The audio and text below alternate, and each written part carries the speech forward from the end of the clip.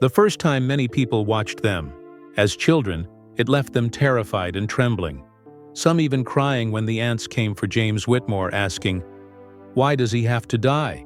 Even decades later, those who saw it still shiver whenever they drive through the desert, haunted by the unforgettable sound of the ants. This wasn't just another sci-fi horror film. It was a groundbreaking story about duplication and fear that went far beyond its time. Behind those massive mechanical ants was a production set in a brutal 43-degree Mojave Desert, where actors wore heavy suits, while flames burned real ant nests using authentic flamethrowers operated by actual World War II veterans. Every scene was real fire, real heat, and real endurance, not special effects. The actors weren't pretending to suffer, they truly were, especially Edmund Gwenn, the beloved Santa Claus from Miracle on 34th Street, who battled arthritis while nearly collapsing between takes, telling the crew to keep filming if he fell because it would look more real. The heat was so extreme that just surviving became part of the performance, and when the camera captured his haunted eyes, audiences didn't see acting, they saw human endurance.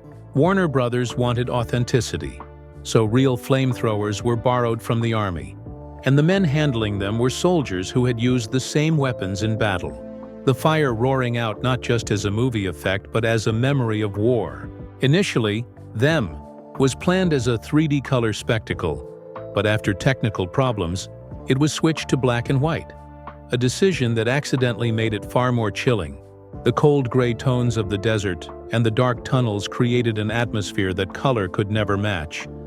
And when the first ant crept out of the shadows, audiences screamed because they believed it was real.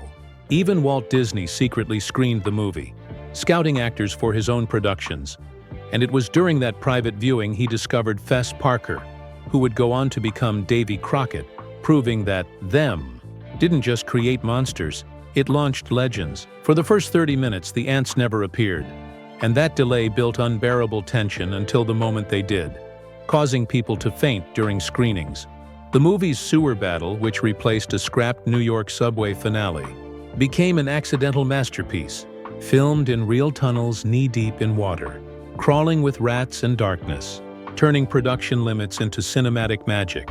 The giant ants themselves were 12-ton mechanical creations with hundreds of gears, wires, and levers, each movement controlled by a team of technicians, their loud grinding sounds echoing through the studio as they came to life. Only 3 ants were ever built, yet through clever camera work and lighting, the team made it look like a massive swarm, a true example of creativity born from necessity. Even the chilling sound of the ants wasn't digital.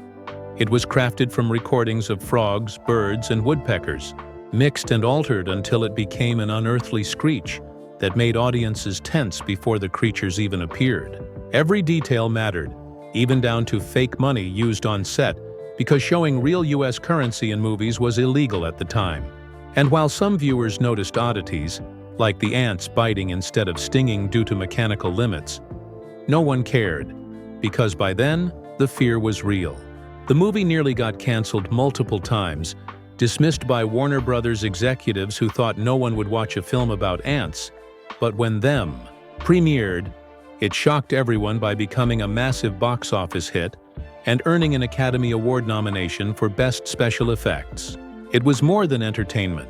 It was a reflection of the atomic age, a warning wrapped in horror. NASA scientists even discussed the film, debating whether radiation could actually make insects grow giant, proving how deeply it resonated with Cold War fears. And when the movie's title exploded in red and green color across a black and white screen, audiences gasped. It was the first time color was ever hand-painted into a monochrome film, making the title glow like it was radioactive. Finally, as the last gunshot echoed through the sewer, and Edmund Gwenn delivered the haunting line, "When man entered the atomic age, he opened a door he cannot close." The room fell silent. That single sentence turned a monster movie into a metaphor for human fear. The ants weren't the real monsters, we were. Them wasn't just about bugs. It was a mirror held up to a frightened world. And even now, 70 years later, its message still crawls under our skin. Don't forget to subscribe to Hollywood Bulletin And press the bell icon so you never miss more untold stories from behind Hollywood's most chilling classics.